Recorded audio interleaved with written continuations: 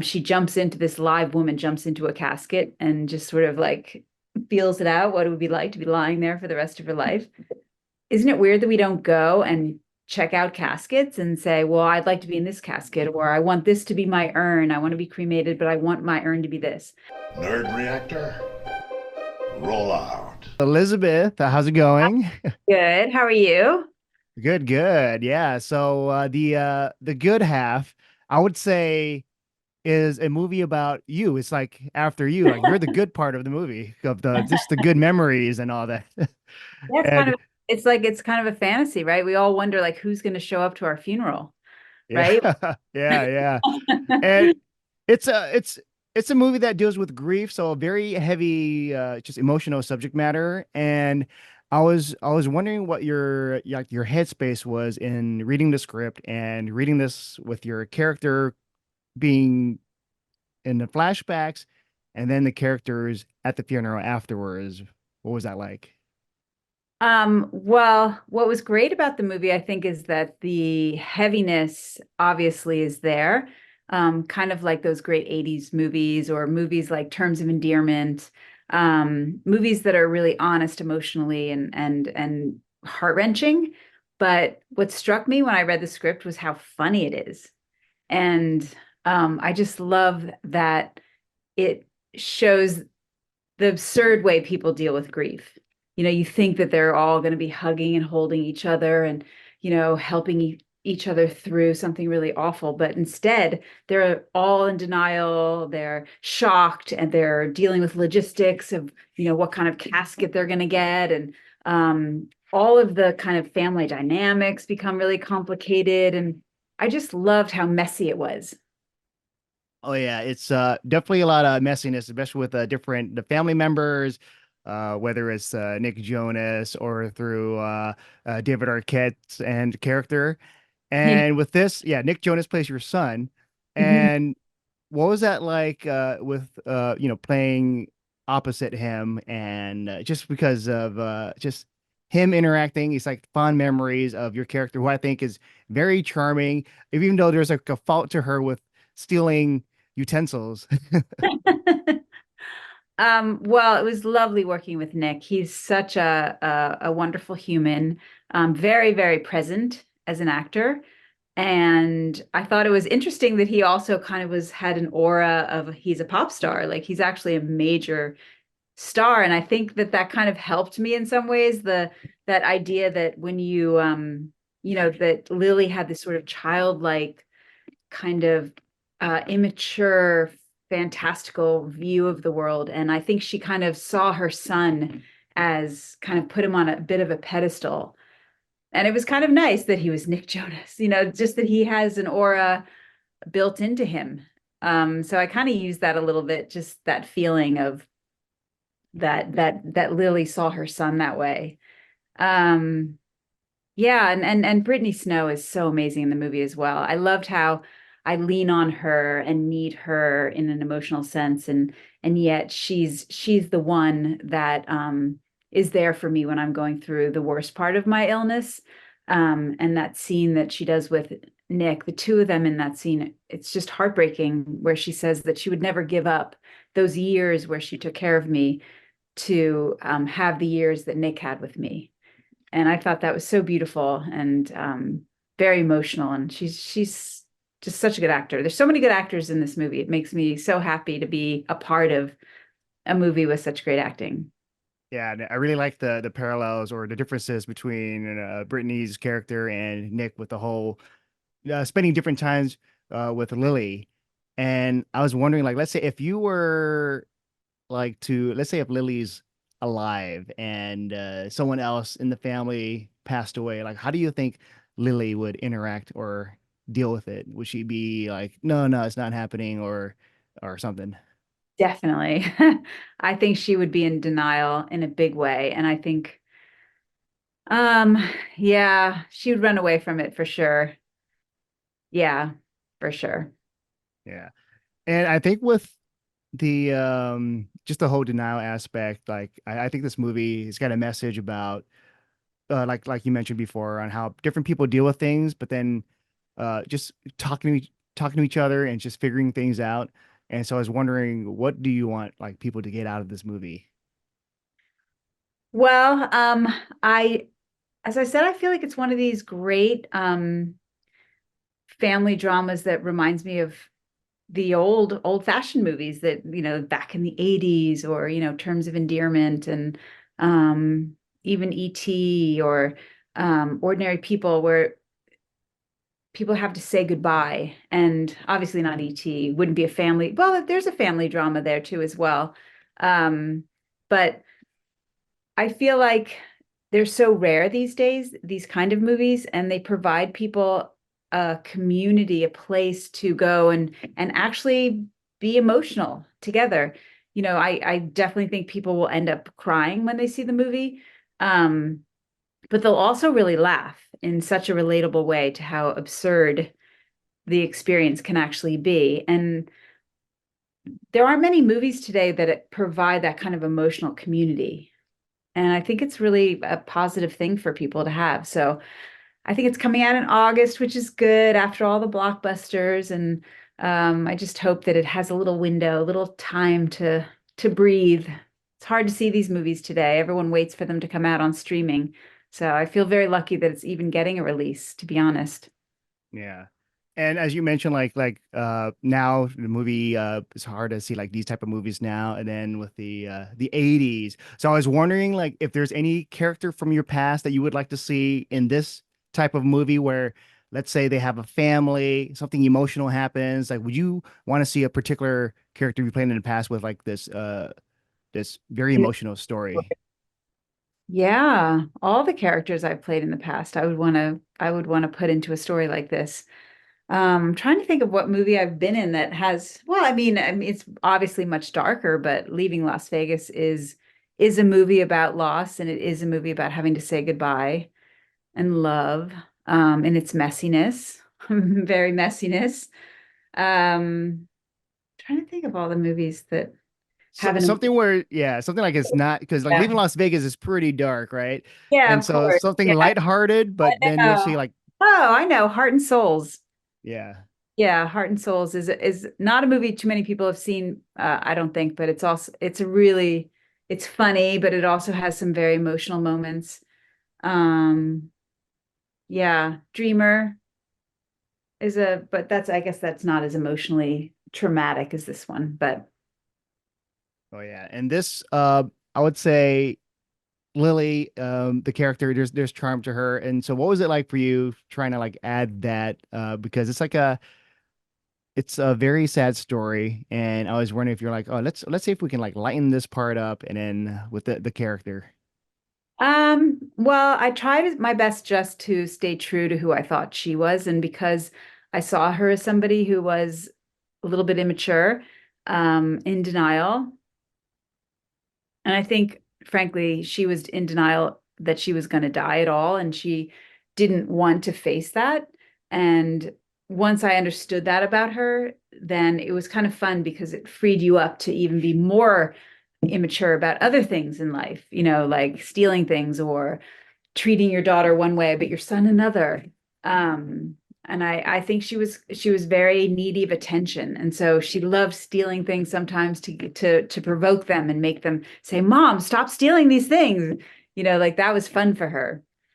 So it was definitely interesting to play somebody who was not acting like a mother really should, but yet she could still love them with the same passion and depth, even though she had those flaws. Oh I was, yeah. And my last question for you would be like if you were able to check out the modern parts of the story, like you get to go on the set, like check to see like, oh, the casket. I would choose that one. yeah, I know, I just had this thought while we were doing some press today. Isn't it odd that we should actually go while we're alive and go like that woman in the casket is so hilarious. She jumps into this live woman jumps into a casket and just sort of like feels it out what it would be like to be lying there for the rest of her life. Isn't it weird that we don't go and check out caskets and say, well, I'd like to be in this casket, or I want this to be my urn. I want to be cremated, but I want my urn to be this. Or my mom, actually, I know the entire service, what she wants when she dies, exactly what songs she wants sung, that we're so in denial and afraid of dying, which is pretty human, but we should face it and maybe like start planning out exactly how we want it so that it's not so difficult for our loved ones once we're gone. Yeah, yeah, that should be a thing with like casket catalog before one person starts to pass away. But Yeah, yeah, Elizabeth, it's been a pick it out in your 20s, like pick it out. yeah, Why wait? yeah, very, very, very morbid, very morbid. Yeah, but yeah, I think it's good to try to maybe tackle that in some way. But yeah, Elizabeth, it's been a pleasure chatting with you, and yeah, can't wait for when the good half becomes available for everyone to check out. Oh, thank you. Thanks for covering it. Appreciate it. Thanks for having me. Hey. You're lit. You're lit very well, and I'm just in this like terribly lit room. Sorry, like you have a But professional setup. I love the wall. Like it's it reminds me of something like sci-fi. It's fabric. Yeah. I'm in, I'm in a well acoustically treated room. That's what I have going for me right now. Yeah. So okay, like the acoustic rooms, it's good for audio, right? Like whatever it is you're Yeah, trying to yeah, record. Yeah. yeah. No, not a lot of slap and echo, and yeah, yeah, Oh exactly. yeah, that's good. Yeah. So Robert, the good half. Let's get into this. And Good. Yeah, yeah, so what is it about like this the story, right? That just grabbed you like I wanna do this, and then also with the casting too, because it's a stacked cast. yeah, yeah. Well, I mean, I'll start with the cast. I mean, first of all, I think getting to direct a movie with a great cast, whatever that may be, that suits that movie, that idea of that movie, is such a great. I feel very lucky and fortunate to have so many great actors who've done so many great projects in the past say yes to this movie. So that provides me with the ability to work with people in a collaborative way that I feel are going to be thinking about these characters in a very deep way and pulling out of them things that feel very true to the character and playful and inventive. And I like working with actors that are just that want to take an experience as far as they can and make it something very memorable.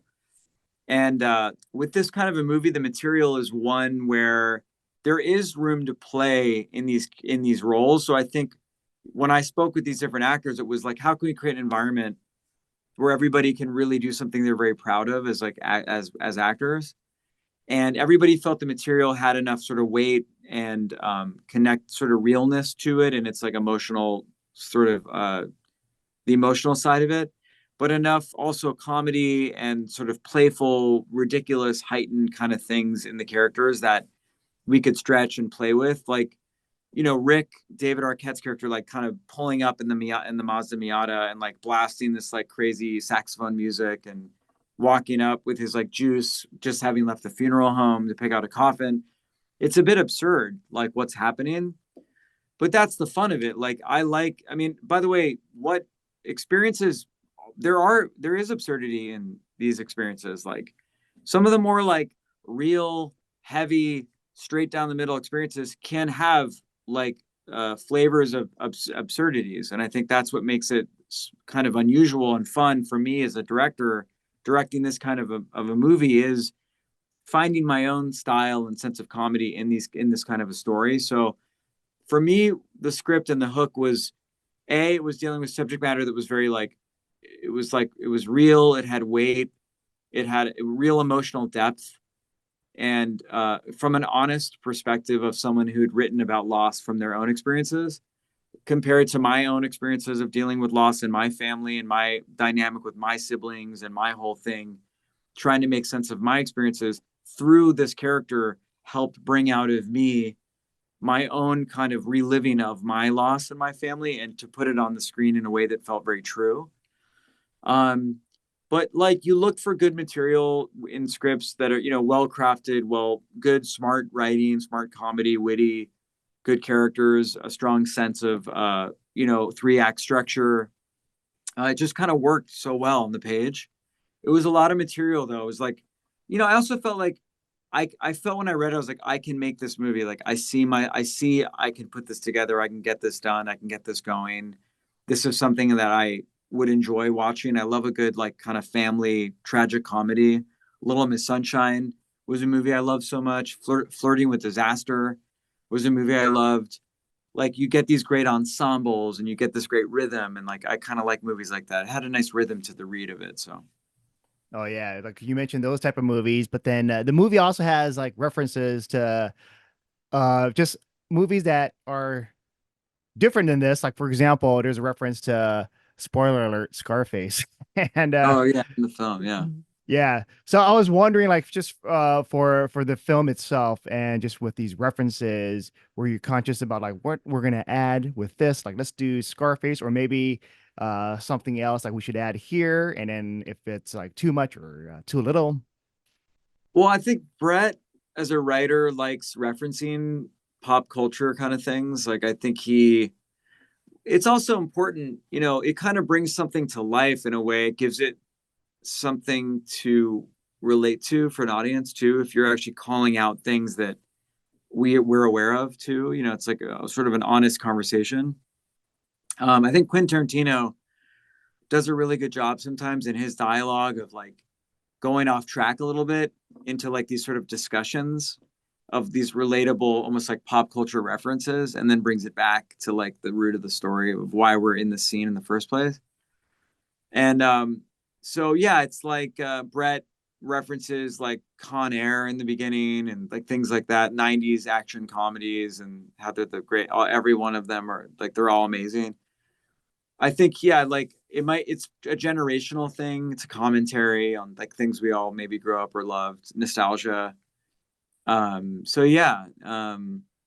But yeah, when you're in the edit, you want to like preserve the character, like you want to preserve what makes something special, like the voice of it, and not like chop all that stuff out just to like just move the story along. Why do I need to know about Scarface or this reference? You don't necessarily need it, but it makes Alex Ship's character like very cool and relatable and fun for his character, who's like a film buff in the movie. It gives them something to connect about, which helps you believe in their relationship a little more. So I don't know how you feel, but when I meet people that and they know that movie that I love or that song, oh my God, you know that restaurant, you instantly feel like you get me or I get you or like you're cool or whatever. Like, so it's in a movie, you have very little real estate to work with. So you can kind of quickly create backstory and connection and the believability of it through references. Oh So yeah, that's how I feel too. Like let's say when people are talking and you mention one reference, you're like, it just the person lights up, and the two people just get super excited and happy. And no, yeah, I got excited too when I heard like just yeah. Scarface and all that and Con Air. I'm like, what a reference. Yeah, And no, I love it. I yeah, like I've worked on other movies in the past, and I don't know if you've read a script that has like so many specific references, and I think it's just a very Brett kind of. The more I've gotten to know Brett's, I get it's like a very Brett kind of thing to write. So oh yeah, and with the casting for Nick Jonas as Ren, right? Like, because this character, like at the beginning, it's he's dealing with his own stuff, so it's kind of tricky to just balance the whole the character of just not helping out, but then you want someone that you're still rooting for or still watching yeah, to be yeah. captivated. So what was that like with that casting? It's like, okay, I think we got this. Well, I mean, I like when casting choices are a little outside the box. I like I like when someone has to sort of rise to the occasion. When you put someone in like the hot seat, let's say, like to have to figure it out. I think that's like a really exciting thing. And I know Nick has done so many things. He's been put in that pressure position a lot throughout his life. So I didn't like feel like I didn't doubt his ability to be charming, to be magnetic, to step up and like really lead a film. Like to me, it's like sort of about time he does this, like I'm surprised he hasn't led a film in this way. But like, I think he's gonna like continue to blow people's minds as an actor, like the more he does it. And I think I have to say, like, for all the other actors, when I didn't realize like Nick would even be an option for this movie when we started casting, and I met other actors that would be considered more traditional ideas for the movie, and like the people who didn't take the role or the people that didn't line up for timing let a shark in the water in Nick Jonas. Like he's a dangerous man as an actor. Like he's going to create a lot of competition for a lot of people of his generation, and like it's sort of like watch out, you know, like everyone's fighting for good roles in this business. Nick already has like like he's a very known person already. If now this movie starts to back up his sort of being such a known name globally with like, oh, his chops as an actor are there. Like we know he can sing, we know he's a performer, we know he's done stage work. He's a he could be dramatic, he can be funny. Whoa, like he just took me on this. I forgot it was Nick the whole time, which I feel when I see the movie. I don't even think about him anymore. I just think of Ren, the character name. But yeah, like the good half, I believe, will be a gateway for like this whole new side of himself as an actor, and I'm just so proud to be a part of that journey. Oh yeah, I can definitely see that, especially when you were mentioning like it's like he's a threat, like a triple threat now, especially with just performing and acting, because we've had that with Lady Gaga, Haley Steinfeld, and I'm like, oh, these people are just too talented. But you have also yeah, Alex Ship, yeah, I very much enjoyed just like her catalog of films. So what was it like with Alex Ship and just casting her as Zoe as just kind of like this the character that's like a nice balance to what Ren is dealing with the whole the mother, the funeral thing, and how do you try to like balance these scenes out with the Yeah, drama and the you know the lightheartedness? yeah. The scenes with Zoe, her character's name is Zoe. Um, those scenes are a departure from the movie's main subject, like storyline, which is him going home to kind of deal with like the sort of day to day figuring out what we do now that mom has passed away. So in a way, she was always viewed as a character, like the energy she brings was always meant to sort of be something almost like his mother, not a maternal character, but the playfulness that his mother was energetically that we're reliving in his flashbacks.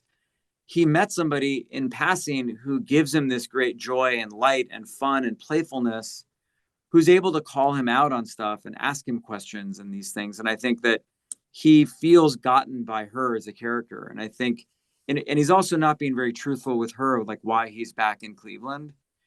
It's soon we you will see in this, anyone watching will soon kind of understand where that goes. But we wanted to create a little bit of an escape for him as a character, to have a safe place for him to kind of like check out from this the drab day to day of what's going on.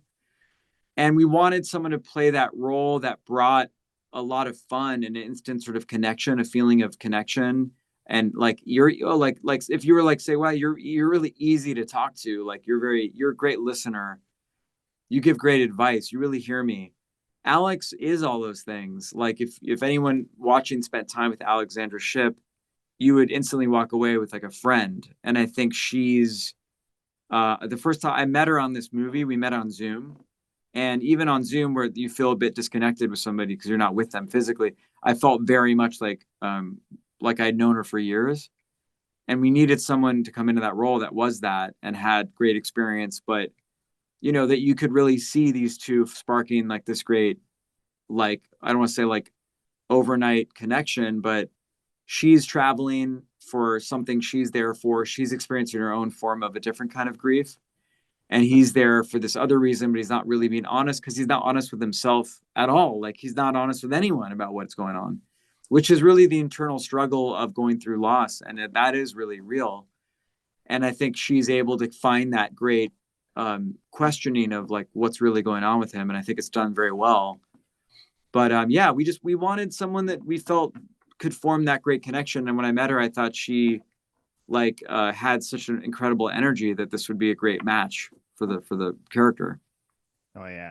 And I want to ask you like a silly question with this because the movie references pop culture. I was wondering if for you, is there like if you can cast like an action hero in these type of roles, let's say for the role of just someone that is just trying to grieve, like who would you want to see? Like for example, Nicolas Cage, like just trying to like go back and just trying to figuring things out, handling the funeral and all that. Who would you want to see? Oh, like wait, say that again. Who would Like I want to see? like a fictional character, Yeah. like Nick Cage in Con Air, or you know, Al Pacino from Oh, doing Scarface, the funeral? or doing the role of Nick Jonas as Ren, or Oh, anything like that. Just like a serious, grounded role, for these larger than life fictional right, characters that people know and right. love. Yeah, that's an interesting question. But in character, right? In Not as the character, yeah. yeah, yeah. Um, man, I don't, makes me, weirdly it just popped in my mind was like Jack Nicholson in Chinatown, like detective, like he's because he's questioning he is a detective is trying to figure out something that's kind of some forces at play here, and he's got his own kind of personal, like he's not a perfect character, he's flawed in many ways. And I don't know, like in a way when you lose someone too in the story, the idea of like a detective story, a detective character is an interesting one, questioning the world around him but not questioning himself is kind of interesting play. Oh yeah. So I definitely want to see that too. But Yeah, yeah, exactly. yeah. But Robert, I think that's all the time I have with you. I just want to say it's Thank you. a pleasure chatting with you about this movie, and yeah, just can't wait for what the future awaits for you. Oh, thank you, thanks for having me, thanks for watching, I appreciate it.